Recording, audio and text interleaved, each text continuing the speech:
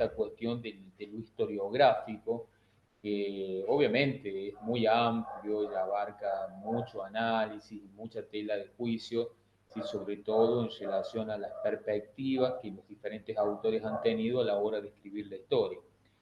Me gustó partir de esta idea que es la historia social. La historia social, sin lugar a dudas, trabaja en la evolución de lo que es nuestra disciplina, la disciplina histórica, ¿sí?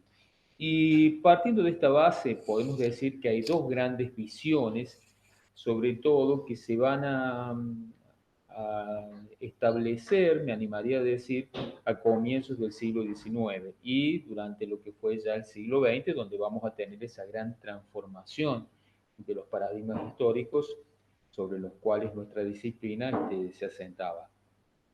Por un lado, vamos a observar que ya a comienzos del siglo XIX, estamos aproximadamente en 1800, 1810, y de ahí tal vez me animaría a decir hasta fines de ese siglo, hasta las últimas décadas de ese siglo, va a prevalecer sobre todo la llamada historia episódica, ¿sí?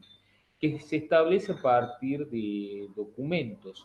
O sea, un hecho histórico se entiende o lo podemos explicar a partir del análisis de diferentes documentos que han llegado hasta, la actualidad, hasta ese momento y que permitían de alguna manera explicarlo. El fin era tratar de coordinarlos y exponerlos coherentemente. Los hechos históricos que se trabajan, de alguna manera podemos decir que son singulares e individuales y no se volvían a repetir. La gran mayoría tenían carácter político, muchas veces eran hechos vinculados a lo militar, a lo religioso, a lo diplomático, pero se obviaba o no se tenía en cuenta dos aspectos claves, que eran la cuestión económica y la cuestión social, que prácticamente no se los consideraba o no se los tenía en cuenta. Los verdaderos protagonistas de la historia eran sobre todo los héroes, los grandes héroes nacionales, aquellos que habían dado o habían forjado la patria, y ese grupo que estaba gobernando, se puede decir, este, un Estado, aquellos que estaban al frente del poder, eran los que se denominaban los sujetos de la historia. ¿Sí? Y bueno, y en cierta manera había otros sujetos que eran sujetos, podemos decir, de carácter subordinado. Y la labor, en líneas generales, era intentar descubrirlos, pero tampoco se le daba mucha importancia. Acá nosotros podemos ver ya a finales del siglo XIX dos miradas en relación a la cuestión histórica. Una mirada, estoy seguro que ustedes la han trabajado y que por ahí hay algunos profesores de materias anteriores que han hecho hincapié sobre la misma. Muchas veces los profes que dan historia argentina también hablan de la cuestión de esta mirada positivista, historizante, sobre todo del siglo XIX. Vamos a la mirada positivista. El pensamiento positivista era el pensamiento, podemos decir, de la élite gobernante. Si vamos al caso de nuestro país, había un pensamiento de carácter liberal positivista. Si el positivismo ponía la fe o la mirada estaba puesta en el desarrollo de la ciencia, en el progreso y la capacidad que tenía el hombre de poder innovar, de poder crear y que era una capacidad sin límites. Una cuestión muy propia del positivismo era el hecho de que todo aquello que era observable, que yo podía palpar, que podía tocar, que podía verificar, era considerado una verdad, era considerado algo verdadero, algo que existía. Y ahí que con el transcurrir del tiempo surge lo que se llama el método científico, ¿sí? En donde yo tengo una verificación, validación, comprobación para decir que determinada cosa es real. Entonces, en este marco de ese mundo tan positivista, que tal vez se sintetice en esta frase ver para creer, podemos decir, se asentó esa mirada que también tenían nuestros gobernantes y que era complementada, por decirlo de esta manera, con un posicionamiento más de carácter liberal, sobre todo en ese momento. En este campo también podemos decir que surge la idea del historicismo, ¿sí? que el historicismo más que todo es una tendencia de carácter intelectual. Eh, es un método que sostiene que el conocimiento está en la naturaleza de lo que pensamos. Y esto nos va a entender también la cuestión de las obras, ¿sí? Que forman parte de un proceso histórico continuo. Y de ahí el famoso devenir histórico. Algunas de estas ideas las van a trabajar historiadores como Benedetto Croce, Leopold Van Ranke, que estoy seguro que muchos de ustedes han trabajado, ¿sí? El término historicismo es utilizado por Ranke, por ejemplo, en su Historia Universal, que habla sobre todo de esta idea o de esta concepción de Estado-Nación, sobre todo focalizándonos en el Estado-Nación europeo, ¿sí? Y habla en definitiva de las instituciones que los estados crean. Eh, para mencionarles algo, ¿sí? Y esto también, si vamos al campo de la historiografía, ya más adelante va a desembocar como en una primera crisis en relación a las miradas históricas. ¿Vamos bien hasta ahí? ¿Me van escuchando bien? ¿Bien? Sí. ¿Sí? Perfecto. Bueno, continúo entonces. Entonces, en este marco, vamos a ver que la historia o el comportamiento humano está guiado por actos conscientes, ¿sí? Que van a formar diferentes campos en la vida del hombre. Estos campos tienen que ver con las clases sociales, las estructuras, la cultura popular y las mentalidades. Todos estos campos que yo recién les he mencionado, sobre todo a fines del siglo XIX, van a carecer de interés histórico, no tienen interés para los historiadores, porque vuelvo a repetir, la mirada era una mirada historizante, una mirada epopélica, una mirada que valoraba al héroe, que valoraba los grandes mitos, y parecía ser que aquellos grandes personajes que había tenido la historia universal y también la historia nacional, habían hecho sus grandes proezas solos, sin la ayuda de nadie, o sea, eran grandes hombres que habían logrado cosas magníficas y que habían permitido la transformación de la historia o la transformación de un hecho significativo, ¿sí? O la conformación de un hecho significativo para nuestra disciplina. Pero bueno, vuelvo a lo mismo, no se tenían en cuenta estos aspectos que yo les he mencionado o campos de la vida del hombre. Entonces vamos a ver que es una visión sumamente criticada a fines del siglo XIX, sobre todo porque no tienen en cuenta esos fenómenos sociales y políticos conjugados. Esta nueva mirada va a cuestionar esta forma tradicional que tiene la historia.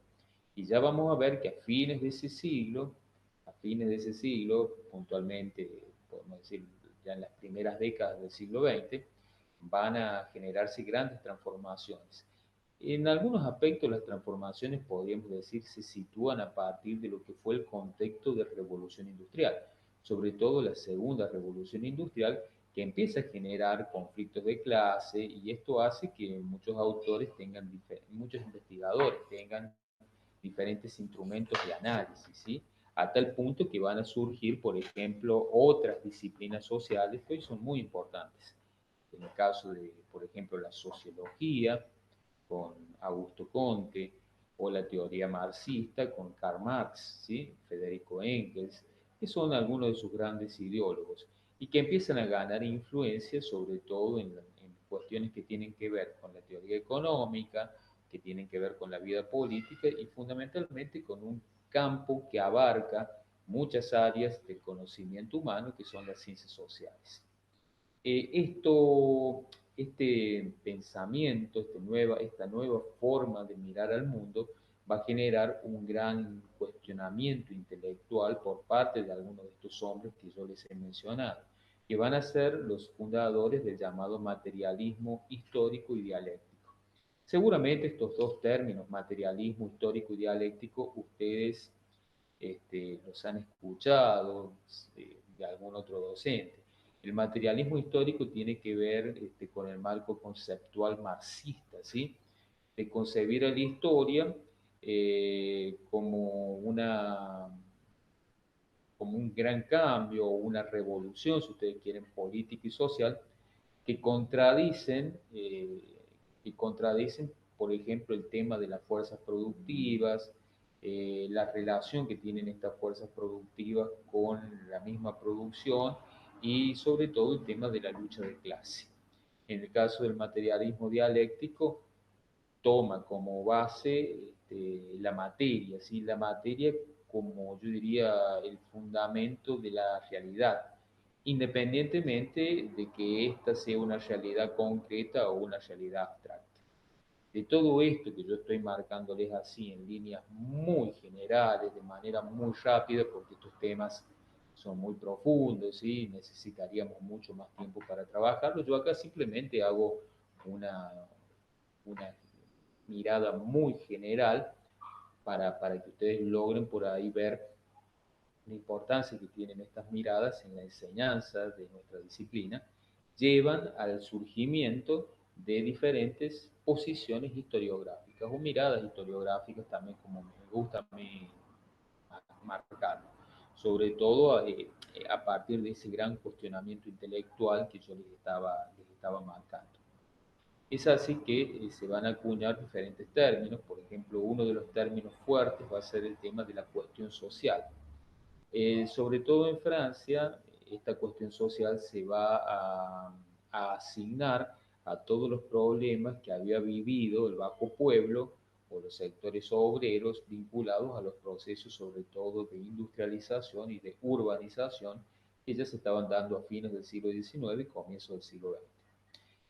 La cuestión social está fuertemente vinculada al concepto de ciencias sociales y esto, a ver, yo quiero aclarar, es muy diferente, por ejemplo, de lo que en ese momento también se llamaba ciencias del Estado y que estaban muy implicadas o muy vinculadas a la historia.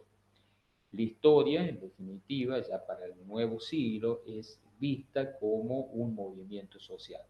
Y acá me quiero detener en una, yo diría, en un quiebre de la mirada histórica que va a tener nuestra disciplina a partir de 1929 con el surgimiento de la famosa Escuela de Anales en Francia, originada a partir de una publicación en una revista, ¿sí? A cargo de Lucien Febvre y de Marc Bloch.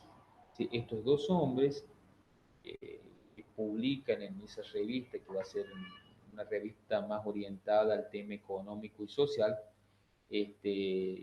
hacen énfasis en esos dos aspectos que la historia no había tenido presente, podemos decir, en el siglo anterior. Van a disminuir los elementos políticos que eran muy comunes al hablar y al explicar la historia, y van a generar grandes puntos de contacto, sobre todo con una mirada histórica que hasta ese momento estaba como depreciada o no era tenida en cuenta, que era la cuestión marxista. ¿Sí? A partir de acá se origina esta nueva mirada acerca de la historia, ahora entender un hecho o un proceso histórico a partir del análisis o las implicancias que tuvo ese suceso, tanto en lo económico como en lo social. ¿Sí? De ahí que se planteen diferentes problemáticas que son necesarias resolver, pero a ver, quiero que se entienda esto del otro lado, no era resolver ciertas problemáticas aisladas, sino que el historiador tenía esa tarea como de seleccionar y de poder enlazar esto en un discurso histórico coherente. Y que de alguna manera busque una relación eh, contra lo que se llamaba la historia política, la historia episódica, la historia narrativa, que por estos hombres, por Febré, por Blon, ¿sí? Era marcada como una historia más de carácter superficial. ¿Sí? Muchos decían una pseudo historia que había que criticar y superar. Entonces la escuela de análisis viene a cumplir esto, superar esos viejos paradigmas y situarnos dentro de otro contexto, de otra mirada que nos permitan entender los procesos históricos que se habían dado en el pasado y que se estaban gestando también en ese tiempo. ¿Vamos bien hasta ahí? ¿Vamos bien? ¿Alguien que quiera hacer Profe. alguna pregunta? Sí, sí te No, escucho, no, Federico. Vamos. ¿Se escucha no, bien? no. Sí, sí, vamos bien, eso le quería, como había preguntado, le quería Bien. responder. Que no hay nadie que esté por entrar o que me pide acceso. A ver, me voy a fijar. Por lo A ver, menos voy en a... lo que está presentando no apareció nada. No ha aparecido nada. Bueno, continuamos entonces. Como les decía, esto va a llevar al surgimiento de varias escuelas dentro de la corriente de análisis. Por ejemplo, yo acá no los quiero aburrir con esto, pero vamos a hablar de 4 grandes generaciones de análisis, ¿sí? Una primera generación que la podemos situar entre 1929 y 1956, ¿sí? Cuyos padres fundadores, por decirlo así, eran Febret y Bloch. Febrero tiene una producción muy importante, que yo creo que muchos de ustedes a lo mejor la han escuchado, algunos por ahí la han podido leer, que se llama Combates por la Historia y que fue publicada en el año 1953. A ver, esa mirada trata de comprender y explicar el pasado en todas sus dimensiones y utiliza para esto las llamadas ciencias auxiliares que tiene la historia, ¿sí? Rompe un poco con el tema de la especialización. eh, por ejemplo, a ellos les coloco en la filmina la geografía, el marco natural se vuelve relevante, ya que están impresos los cambios que las sociedades han hecho en el medio. El paisaje es una creación histórica del hombre, y eso es algo renovador, algo que antes no se había tenido en cuenta. Recurso, por ejemplo, también a métodos de otras ciencias, como la economía, la antropología, la sociología, para explicar un hecho histórico, por lo menos para tener más fundamento. Hablan de la síntesis histórica, hablan de una historia basada en hechos sociales y de la relación de las sociedades con las economías y las civilizaciones. Ahora, obviamente que esta primera aproximación anal, este inicio de esta escuela, también tiene en cierta manera ciertas críticas. Lo que se le critica a esta primera generación de análisis es la carencia de un método histórico fundamentalmente, y también de que en su análisis, en su trabajo, sobre todo con la historia, era un trabajo excesivamente vinculado a la historia de Francia, ¿sí? O sea, se encargaban estos historiadores de estudiar lo suyo, pero no iban a un marco también de la historia universal. Y esa era una de las grandes críticas que se le hace a Anales, sobre todo a esta primera generación, pero obviamente que fue yo diría, excepcional lo que van a llevar adelante. Después, ya avanzando un poco en la historia, para el año 1956 aparece la denominada segunda generación de análisis, entre los cuales podemos mencionar a los siguientes historiadores: Fernand Braudel, eh, Charles Maurras y Robert Mandrou, que son algunos de los más significativos. Y acá un hecho importante en esta segunda generación de análisis, que va del 56 al 68, es que van a introducir la explicación del hecho histórico a partir de lo que se llamaba la duración, ¿sí? Acá, yo en la siguiente filmina voy marcando. Hablamos de la larga duración, hablamos de la media duración y hablamos de la corta duración. Estos fueron algunos conceptos que van a introducir. Entre ellos podemos tener en cuenta lo que Braudel decía del modelo de un motor en 3 tiempos para la historia. Un tiempo corto que le llamaba acontecimiento y que era también de alguna manera tenido en cuenta en relación a la velocidad y a la estructura que la sociedad tenía en ese momento, ¿sí? Sobre todo cuando hablamos de la estructura, hablamos de sociedades que a partir del siglo XIX evolucionan lentamente, ¿sí? O lo que es lo mismo decir, evolucionan con una larga duración. Ya a partir de finales del siglo XIX, comienzos del XX, empezamos a ver que las sociedades evolucionan a un tiempo mucho más, evolucionan de manera mucho más rápida, ¿sí? Mucho más rápida. Por eso hablamos de un tiempo medio o un tiempo de coyuntura. Está marcado en síntesis por también los contextos políticos y las modas. Y los de tiempo largo, que son las estructuras que llevan mucho tiempo en desarrollarse y en poder ejercerse. A ver, voy a tratar de hacer un ejemplo para que aquellos que me estén escuchando se den cuenta de lo que quiero decirles. Hablamos, por ejemplo, de la larga duración en relación a lo que nosotros podríamos llamar la geohistoria, el vínculo que tienen las sociedades con el espacio, ¿sí? Yo recién les hablaba de esa relación, ¿sí? De esa relación de espacio y sociedad, que es muy importante y que no se había tenido presente hasta ese momento, ¿ven? Las barreras cronológicas y espaciales se vuelven artificiosas, y como una nueva mirada que hasta ese momento no se había tenido en cuenta. La media duración tiene que ver con la historia coyuntural, ¿ven? Por eso acá hablamos de coyuntura, sobre todo en relación a las estructuras sociales, los diferentes colectivos, los movimientos en conjunto que se pueden ir generando. Y después de corta duración. La corta duración tiene que ver con la historia más de carácter episódica, los acontecimientos políticos, los hombres, ¿sí? Esto es lo que se llamó el motor en tres tiempos para la historia, y que de alguna manera también revolucionó la forma de entender los procesos históricos que se iban desarrollando, tanto en el marco de la historia universal como en el marco, lo podemos traer, por ejemplo, sin ningún problema, a la historia nacional.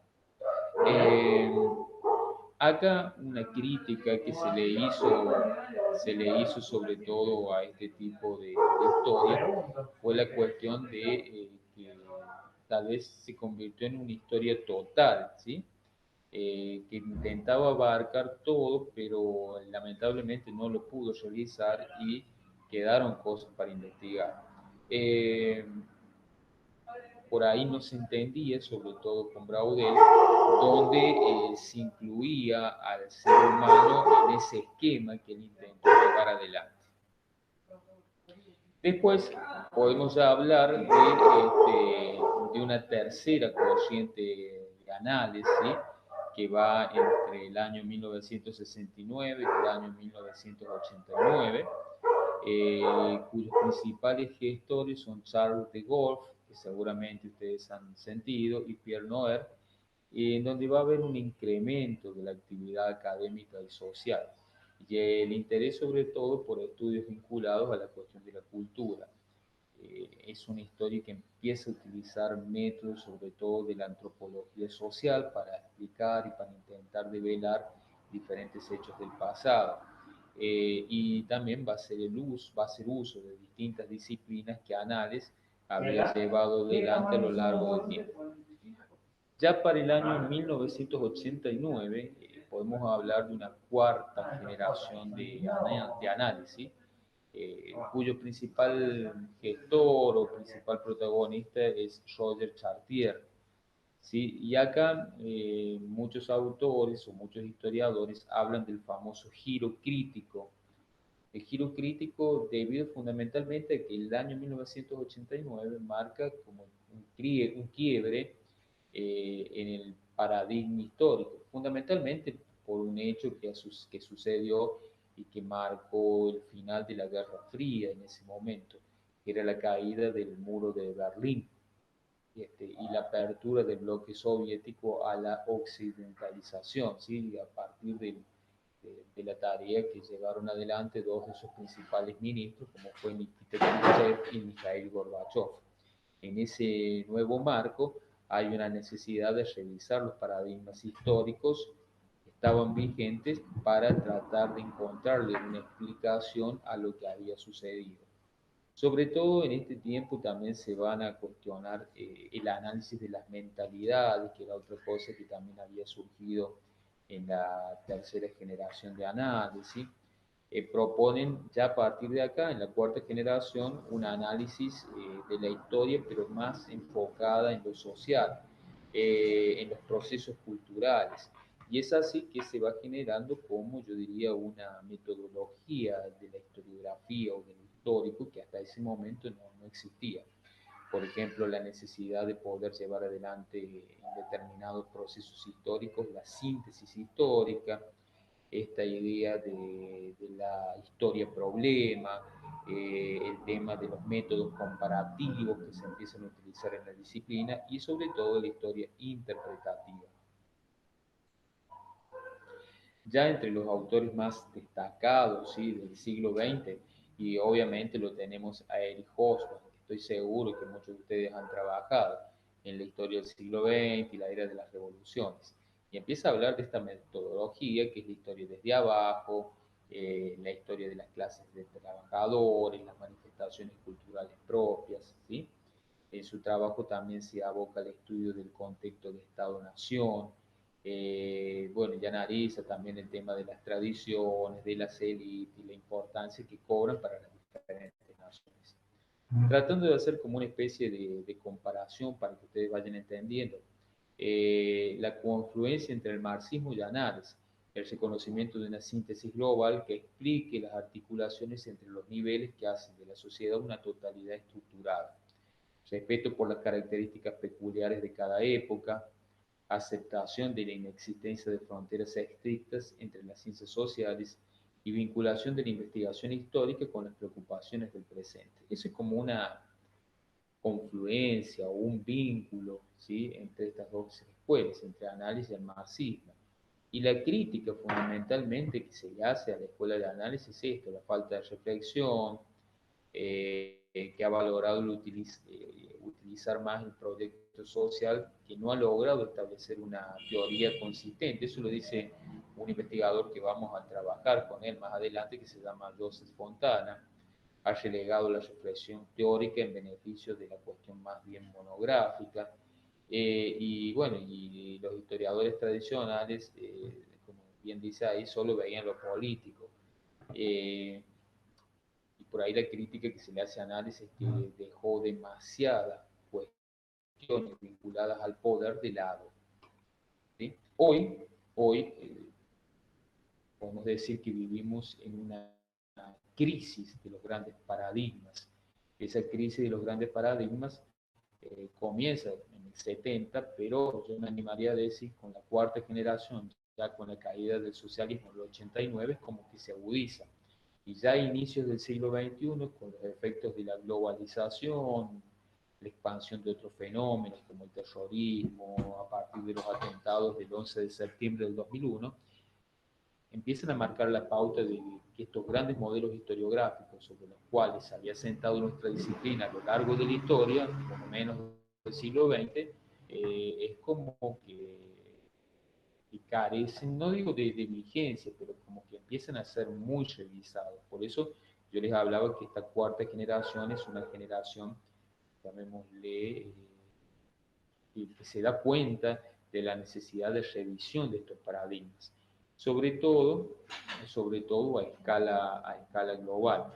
Y bueno, y es a partir de acá que han empezado, a partir de esta crisis, a surgir nuevas formas de hacer historia.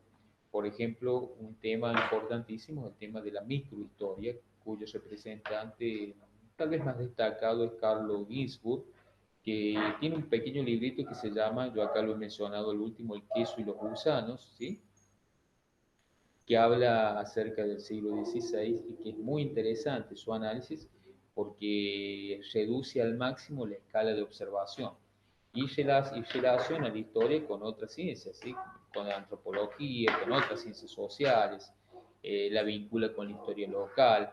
Y bueno, y acá hay como un camino muy corto entre la creación literaria y la narración. Después la nueva historia cultural, que está muy fuertemente influenciada por el tema de la antropología y la lingüística, y que va a incidir en esta cuestión del mundo, de las representaciones, de las creencias populares, ¿sí? La mirada etnográfica, y que de alguna manera nosotros podemos vincular con ese llamado imaginario colectivo. Y la historia social, que es lo que nosotros acá en líneas generales hemos venido trabajando, que pretende descubrir la real estructura oculta de la sociedad en el proceso de los grandes cambios que se han venido sucediendo, por lo menos en estas últimas décadas, en la cuestión de la estructura social.